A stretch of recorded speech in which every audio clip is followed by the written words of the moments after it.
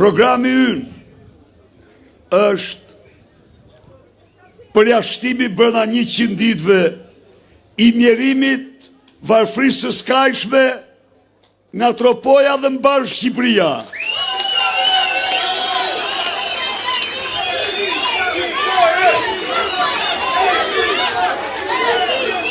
Këta qeveritar që janë rreze, janë vite, drite larg jush, larg hallëve tuaja, larg problemeve tuaja, larg jetesës suaj, dhe që shgryhen çdo ditë në luksin e krijuar nga parat që kanë vjedhur. Këta s'duan t'ja dinë për ju. I keni dëgjuar, besoj, një shprehje që vjen nga kohra, nga thellësitë e kohrave, në sipas të cilës këtu nuk vdes njeri për bukë.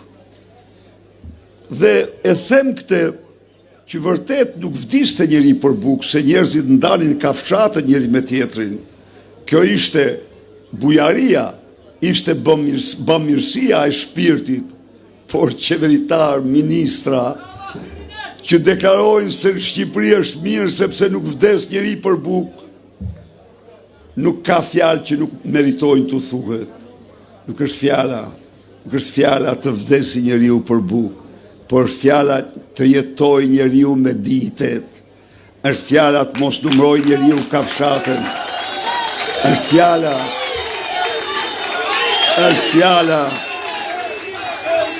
fjala që ata burra dhe gra që kanë shkri jetën për Tropojnë, kanë shkri jetën për Shqipërinë,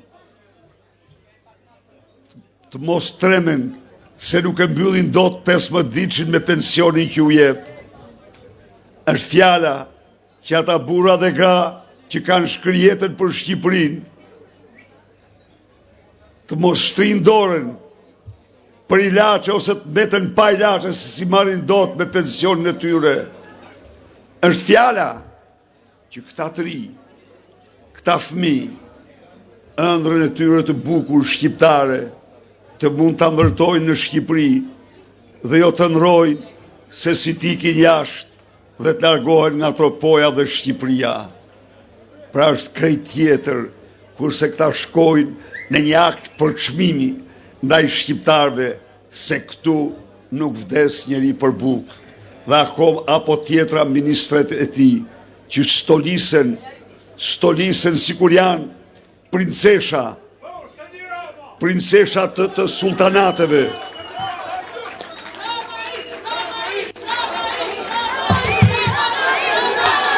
U thonë shqiptarve